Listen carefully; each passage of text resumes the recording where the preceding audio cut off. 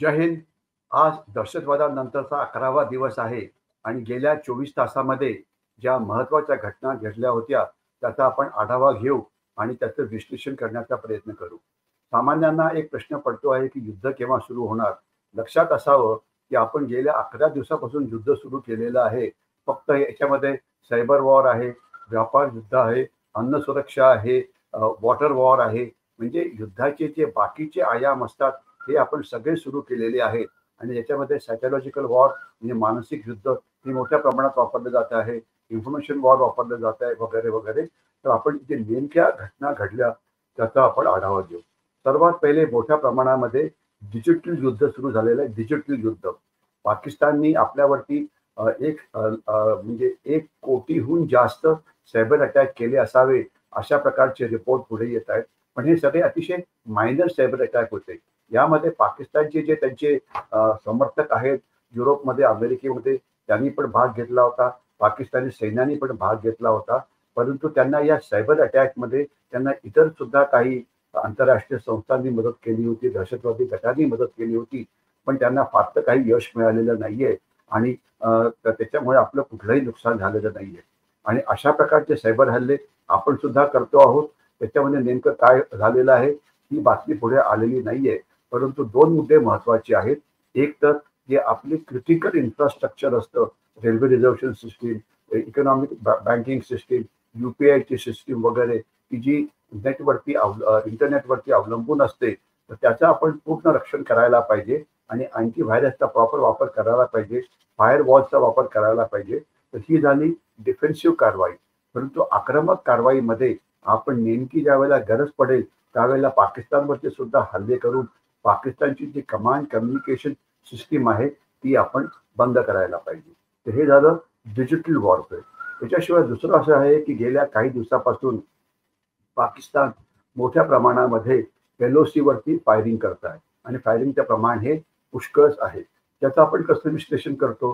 ज्यावेळेला पाकिस्तान फायर करतो याचा अर्थ असा आहे की ते तुम्हाला एक इशारा देत आहेत की आम्ही या भागामध्ये आहोत आणि इथून तुम्ही हल्ला करू नका. कारण त्यांना भीती वाटते आहे की पाकिस्तानवरती भारतीय सैन्य केव्हा पण हल्ला करेल आणि एखादी त्याला म्हणतात ते पिकेट कॅप्चर करेल, एखादा भाग कॅप्चर करेल. तर म्हणून तुम्हाला थांबवण्याकरता ते अशा प्रकारचं फायरिंग करतायत. तर हे जे फायरिंग आहे हे त्याचं मुख्य कारण ते आहे. पण त्याचा दुसरा फायदा असा होतो की यामुळे पाकिस्तानी सैन्याचं ॲम्युनिशन हे मोठ्या प्रमाणात खर्च होत आहे. सध्या तसं म्हटलं तर फक्त 3-4 दिवसातच ॲम्युनिशन पाकिस्तानी सैन्याकडे असावं अशा प्रकारचे रिपोर्ट पुढे येत आहेत. आणि पाकिस्तान मोठ्या प्रमाणामध्ये आता ॲम्युनिशनची आयात करतोय वेगवेगळ्या देशातनं. त्यामध्ये तुर्कस्तान सामील आहे आणि मुख्य चीन सामील आहे. जसं मी पहिले म्हटलं होतं, चीन तुम्हाला वाटेल तेवढी ॲम्युनिशन देऊ शकेल, परंतु ते घेण्याकरता पाकिस्तानकडे पैसे आहेत का? उत्तर आहे नाही. त्यांना कर्ज घेऊन ती ॲम्युनिशन खर्च करावी लागेल, ज्यामुळे त्यांच्या अर्थव्यवस्थेवरती जो परिणाम आहे हा जास्त मोठा होईल. त्याच्या पुढचा जो मुद्दा आहे की जे NIAचे जे इन्व्हेस्टिगेशन चालू आहे या दहशतवादी हल्ल्यामध्ये, त्याच्यामध्ये अनेक प्रकारची माहिती पुढे आलेली आहे. एक तर आहे त्याच्यामध्ये एक टूल किट समोर आलेली आहे. टूल किटचा अर्थ काय होतो? टूल किटचा अर्थ असा होतो की पाकिस्तानी सैन्यानी आणि ISIनी त्यांना एक SOP स्टँडर्ड ऑपरेटिंग प्रोसिजर दिली होती की टार्गेट जे आहे ते कसं शोधायचं. म्हणजे तिथे सैनिकांचा पाहणा नाही, तिथे सैनिक येऊ शकत नाही, तिथे लोकांची गर्दी पुष्कळ आहे आणि हल्ला केल्यानंतर तुम्हाला पळून जायला जागा आहे. तर अशा प्रकारचं नंतर तुम्हाला कोणाशी कॉन्टॅक्ट करायचं त्याच्याविषयी माहिती आहे, कुठला रूट फॉलो करायचा त्याच्याविषयी माहिती आहे. आणि सगळ्या ज्या गाईडलाईन्स लागतात दहशतवादी हल्ल्याकरता त्या त्याच्यामध्ये आहे. आणि याच्याशिवाय त्या दहशतवाद्यांनी चीनचे जे मेसेजिंग ॲप्स होते त्यांचा वापर केलेला आहे. तर त्याच्यामुळे आपल्याला त्यांनी म्हणजे भारतीय मोबाईलचा वापर केला नाही, त्यांनी भारतीय सॅटेलाईट फोनचा वापर केला नाही. तर त्याच्यामुळे कुठलाही हल्ला झाला की आपण पहिले चेक करतो सायबरमध्ये काय झालं, तर त्यांचे कुठलेही मेसेजेस मिळत नाही. कारण ते एक अतिशय शॉर्ट वेळापुरते होते आणि ते चिनी भाषेत असल्यामुळे एन्क्रिप्शन असल्यामुळे त्यांना पकडणं हे अत्यंत कठीण झालं होतं.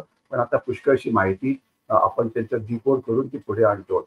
याच्यामध्ये अनेक जे ओव्हरग्राऊंड वर्कर्स आहेत की ज्याला म्हणायचं पाकिस्तानचे समर्थक आहेत, त्यांनी काश्मीरमध्ये त्यांना मदत केली, त्यांची नावं पुढे येत आहेत आणि 17-18 जणांची तर घरं आपण पहिलेच उद्ध्वस्त केलेली आहेत. बाकी ज्यांनी ज्यांनी मदत केली त्या सगळ्यांना पकडून शिक्षाही मिळालंच पाहिजे. पण सर्वात महत्वाचं आहे की हे जे दहशतवादी आहेत त्यांना मारण्यात आपल्याला यश हे मिळालं पाहिजे आणि हे सगळे जे पुरावे आहेत हे आपण युनायटेड नेशन सिक्युरिटी काउन्सिलच्या पुढे मांडायला पाहिजे. त्याच्यामुळे त्यांना आपण एक दहशतवाद पुरस्कृत म्हणून देश घोषित करू शकतो. आणि ह्याच्या सोबतच माफ करा, मी सांगू इच्छितो की गेल्या 2 दिवसामध्ये पाकिस्तानचे डिफेन्स मिनिस्टरनी सांगितलं होतं की हो, आम्ही दहशतवाद्यांना ट्रेन करत होतो, पण हे दहशतवादी आम्ही अमेरिकेला मदत करत होते. म्हणजे त्यांनी हो म्हटलं की आम्ही त्यांना ट्रेन केलं, पण ते अमेरिकेकरता केलं. म्हणजे बिलावल भुट्टो जे पाकिस्तानचे फॉरेन मिनिस्टर होते त्यांनी पण म्हटलं आहे की आम्ही अनेक दहशतवाद्यांना ट्रेन केलेलं आहे, परंतु याच्यामुळे नुकसान जे आहे ते आमचंच झालेलं आहे. म्हणजे फॉरेन मिनिस्टर म्हणतात आम्ही दहशतवाद्यांना ट्रेन केलं आहे, डिफेन्स मिनिस्टर म्हणतात आम्ही ट्रेन केलेलं आहे. सध्याचा पुरावा मिळतोय की सध्याच्या दहशतवाद्यांना सुद्धा पाकिस्तानने ट्रेन केलेलं आहे आणि हा जो मुसा आहे हा त्यांचा एक सैनिक आहे. तर असे सगळे पुरावे एकत्र करून आपण युनायटेड नेशन सिक्युरिटी काउन्सिलमध्ये घेऊन जावेत आणि पाकिस्तानला दहशतवादाला मदत करणारा देश म्हणून घोषित केलं जावं. त्याच्याशिवाय महत्वाची बातमी अशी आहे की याला नुसती पाकिस्ताननेच मदत केली असं नाही, याला चीननी मदत केली आहे. चीनचे मेसेजिंग ऍप्स सापडलेले आहेत, चीनचे मॅप्स तिथे सापडलेले आहेत. त्यावेळेला 3Dच्या मदतीने NIA इन्व्हेस्टिगेशन केलं तर चीनचा याच्यामध्ये एक मोठा सहभाग आहे हे सुद्धा पुढे आलं आहे.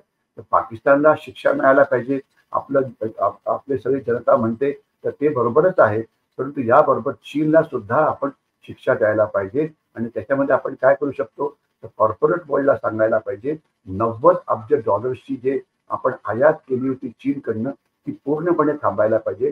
सप्लाय चेन भरती व्हायला पाहिजे आणि तुम्हाला जो कच्चा माल पाहिजे किंवा त्या गोष्टी पाहिजेत ते तुम्ही इतर ठिकाणाहून विकत घ्या, चीनकडनं नको. कारण चीनकडनं जशा तुम्ही गोष्टी विकत घेता चीनचा मोठा फायदा होतो, त्यांची आर्थिक वाढते आणि त्यांची पाकिस्तानला मदत करण्याची जी क्षमता आहे ती सुद्धा वाढते. त्याच्या पुढचा जो मुद्दा आहे एअर एक्सरसाइजचा, आजच एक मोठी जो गंगा एक्सप्रेस हायवे आहे तिथे आपल्या एअरपोर्टची मोठी एक्सरसाइज झाली आणि तिथे आपल्या एअरपोर्टनी प्रात्यक्षिक दिलं की त्यांची विमानं हायवेवरती कशी उतरू शकतात किंवा कशी तिथून टेक ऑफ करू शकतात. तर हे काय होतं तर हा पाकिस्तानला एक मोठा इशारा होता. लक्षात असावं की पाकिस्तानला वाटतं की भारतीय हवाई दलाचा हल्ला हा केव्हाही होऊ शकतो, म्हणून त्यांनी 2-3 महत्वाची पावलं उचलली आहेत. आपल्याला आठवत असेल की 2 दिवसापूर्वी रात्री 2 वाजता, मी रिपीट करतो, रात्री 2 वाजता त्यांनी एक प्रेस कॉन्फरन्स घेतली आणि म्हटलं की भारताचा हल्ला आता होणार आहे. आणि म्हणून त्यांनी जे लाहोर आहे आणि कराची आणि ते मोठी त्यांची शहरं आहेत त्याच्यावरती जी एअर स्पेस आहे ती पूर्णपणे बंद केली आहे. त्याच्यामुळे हल्ला झाला तर ते त्यांचे अँटी एअरक्राफ्ट गन्स वापरू शकतील. तर ही एक चांगली, आपल्याला एक चांगली बाब आहे की पाकिस्तानी एअरफोर्सला अलर्टवरती ठेवायचं. आणि त्याच्यामुळे काय झालंय की पाकिस्तानी विमानं आता म्हणजे ज्यावेळेला एअरफोर्स त्यांच्या अलर्टवरती जातात तर काय करतं तर काही पहिल्या त्यांचे 3 प्रकारचे अलर्ट असतात. पहिल्या अलर्टमध्ये एअरफोर्सची विमानं ही हवाई पट्टीवरती उभी असतात आणि पायलट हा आराम करत असतो. गरज पडली तर तो पळत पळत येतो, विमानात बसतो आणि विमान उडवतो. दुसरा जो हाय अलर्ट 2 असतो त्याच्यामध्ये पायलट हा विमानाच्या कॉकपिटमध्येच बसलेला असतो, म्हणजे तो लगेचच तिथे तयार आहे आणि लगेच तो विमान उडवू शकतो. माफ करा. आणि तिसरा जो अलर्ट आहे त्याच्यामध्ये विमानं ही त्यांच्या एअरपोर्टच्या वरती गिरज्या घालत असतात, त्याला CAP म्हणजे कॉम्बॅट एअर पेट्रोल म्हटलं जातं की जे म्हणजे लढाईला एकदम तयार असतं. तर आता त्यांचे लाहोर आणि रावळपिंडीवरती त्यांच्या कॅप फिरतायत. याचा अर्थ त्यांचा प्रचंड प्रमाणामध्ये खर्च होतो आहे, त्यांच्या विमानाचे आयुष्य कमी होत आहे आणि याच्यामुळे पाकिस्तानची अर्थव्यवस्था बिघडणार आहे, त्यांची डिफेन्स प्रिपेअर्डनेस जी आहे ती बिघडणार आहे. आणि याच्यामध्ये अजून एक बाब पूर्ण आलेली आहे की पाकिस्तानची जी फायटर एअरक्राफ्ट आहे ती चीनी बनावटीची आहे, 50% सुद्धा सक्षम नाही. तर म्हणून पाकिस्तान मोठ्या प्रमाणामध्ये शस्त्र, दारुगोळा, विमानं चीनकडनं आणण्याचा प्रयत्न करतो आहे. याचा सुद्धा मोठा असर पाकिस्तानच्या अर्थव्यवस्थेवरती पडणार आहे. आता आपण जी एक्सरसाइज केली तर त्याचं विश्लेषण कसं करायचं आपण दाखवून दिलं की आपली विमानं कुठेही उतरू शकतात. आता विमानं जनरली जी फायटर एअरक्राफ्ट असतात ही त्यांचं जे एअरपोर्ट त्यांचं जे हवाई अड्डा असतो तिथने उड्डाण करतात. उदाहरणार्थ एक्झाम्पल द्यायचं म्हटलं तर पुण्याला लोहगावचा जो एअरपोर्ट आहे तिथून हवाई आपले विमानं फायटर एअरक्राफ्टचे टेक ऑफ करतात. समजा जर काही कारणामुळे तर हा हवाई अड्डा अवेलेबल नसेल परत येताना की तो तो डॅमेज झाला काही झालं तर इमर्जन्सी लँडिंग परत येणाऱ्या विमानांनी करायचं कुठे. तर त्याची आता आपल्याला जास्त काळजी नाही.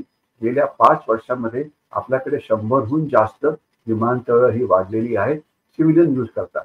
समजा जर लोहगाव एअरपोर्ट काही कारणामुळे जर अवेलेबल नसेल तर आपल्याजवळ जळगावला एअरपोर्ट आहे, औरंगाबादला एअरपोर्ट आहे, त्याच्याशिवाय काय म्हणतात नाशिकला एअरपोर्ट आहे, शिर्डीला एअरपोर्ट आहे.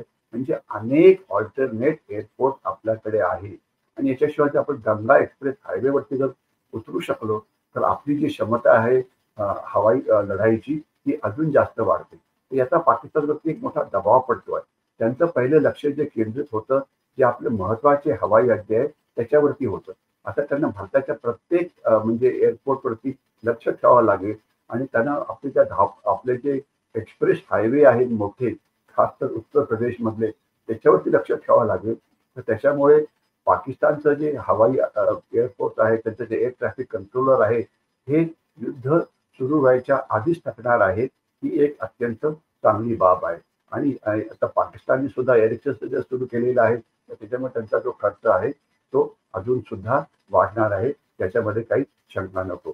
तर ही अशा अनेक महत्वाच्या घटना घडत आहेत आणि त्याच्यामध्ये सर्वात महत्वाचं असं आहे की सामान्य माणसांनी काळजी करू नये युद्ध केव्हा होणार केव्हा होणार नाही.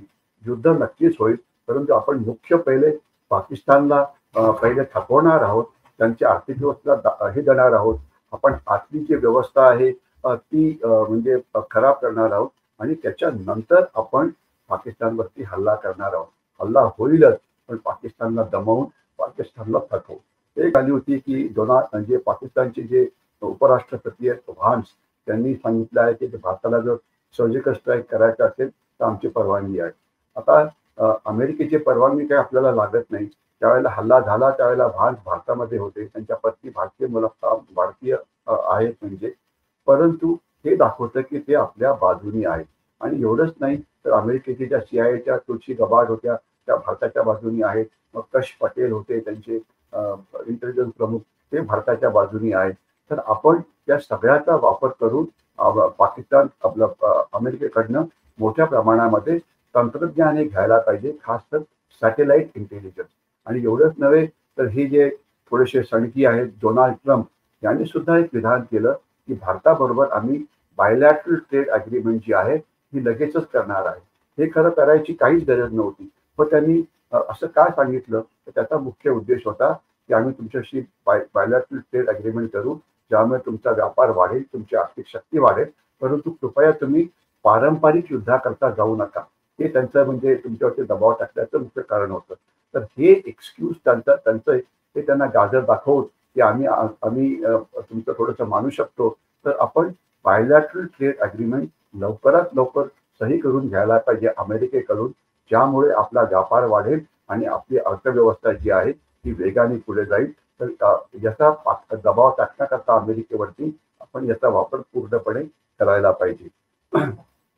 त्याच्या पुढे जे होतं ते म्हणजे आहे की पाकिस्तानचा जो लष्करी एलिटीचा जो मुख्य आहे हाफिज सईद त्याला आता पाकिस्ताननी लपवून ठेवलेला आहे आणि त्याची सुरक्षा व्यवस्था ही वाढवलेली आहे.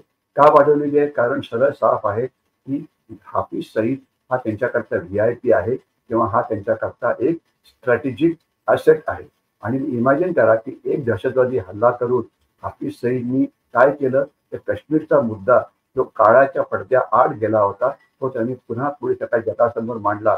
तर सगळं जग कशाविषयी बोलत होतं युक्रेन युद्धाविषयी किंवा डोनाल्ड ट्रम्प विषयी त्यांच्या व्यापार युद्धाविषयी किंवा इस्रायल हमासच्या युद्धाविषयी.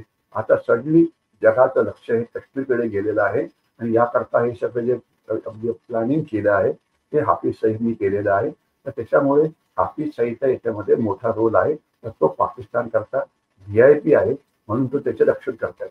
परंतु लक्षात असावं की पाकिस्तानच्या आत जाऊन आपण 25-30 दहशतवाद्यांना मारलं आहे. तर आपण वेगवेगळ्या लोकांची मदत घेऊन म्हणजे बलुचिस्तान लिबरेशन आर्मीचे लोक असो की तेहरीक तालिबानचे लोक असो हे जे दहशतवादी फिरतात पाकिस्तानमध्ये उघडपणे, लाहोरमध्ये असो की रावळपिंडीमध्ये असो, त्यांच्यावरती हल्ला करून त्यांना मारलंच पाहिजे. इन्क्लुडिंग जे खालिस्तानी दहशतवादी आहेत त्यांच्यावरती सुद्धा आपण अशा प्रकारचे हल्ले हे करायला पाहिजे. आणि शेवटचा जो मुद्दा आहे तो असा आहे की अशा बातम्या पुढे येत आहेत की जे आंतरराष्ट्रीय दहशतवादी गट आहेत, खास तर हमास वगैरे, ते पाकिस्तानला मदत करतायत, त्यांच्या अनुभवाचा फायदा देत आहेत. तर लक्षात असावं, पाकिस्तान हा जगामध्ये दहशतवाद पसरवतो आणि जगामध्ये कुठेही दहशतवादी हल्ला झाला तर त्याचं मूळ हे पाकिस्तान किंवा अफगाणिस्तानमध्ये असतं. पाकिस्तानमध्ये 3 प्रकारचे दहशतवादी असतात. एक आंतरराष्ट्रीय दहशतवादी, अल कायदा आहे, त्याच्याशिवाय तालिबान आहे किंवा आयसिस आहे किंवा इतर हिजबुल्ला आहेत, हुती आहेत वगैरे वगैरे. तर हे सगळे आंतरराष्ट्रीय, त्यामुळे त्यांच्या अनेक आंतरराष्ट्रीय दहशतवाद्यांच्या बरोबर त्यांची मैत्री आहे. नंतर ते वापर ते करतीलच. त्याच्याशिवाय काही दहशतवादी आहेत की जे पाकिस्तानच्या विरोधात आहेत. तेहरीक तालिबान पाकिस्तान आहे आणि याच्याशिवाय याच्याशिवाय बलुचिस्तानचे जे वेगवेगळे गट आहेत आणि तिसऱ्या प्रकारचे जे दहशतवादी गट आहेत ते म्हणजे भारताच्या विरोधात लष्कर ए तैयबा असो की जैश ए मोहम्मद असो की हिजबुल मुजाहिद असो. तर हे सगळे पुरावे आपण जगाच्या समोर मांडायला पाहिजे. बघा, दहशतवादी गटांचा फायदा म्हणजे गैरफायदा हे घेत आहेत. पाकिस्तानला दहशतवाद पाठवणारा देश म्हणून घोषित करा, अशी आपला मुख्य उद्देश असायला पाहिजे. पाकिस्तानची चीफ ऑफ आर्मी स्टाफ हे आंतरराष्ट्रीय दहशतवादी आहेत म्हणून आपण घोषित करायला पाहिजे. तर हे झाला हा आढावा. गेल्या 24 तासाच्या अनेक घटनांचा आपण आढावा केला. काळजी करू नये, आपण पाकिस्तानचं नुकसान करतो आहे आणि केव्हा तरी हा अशा प्रकारचा जो फिजिकल हल्ला आहे तो होईलच. बघूया तो हल्ला केव्हा होतो. जय हिंद.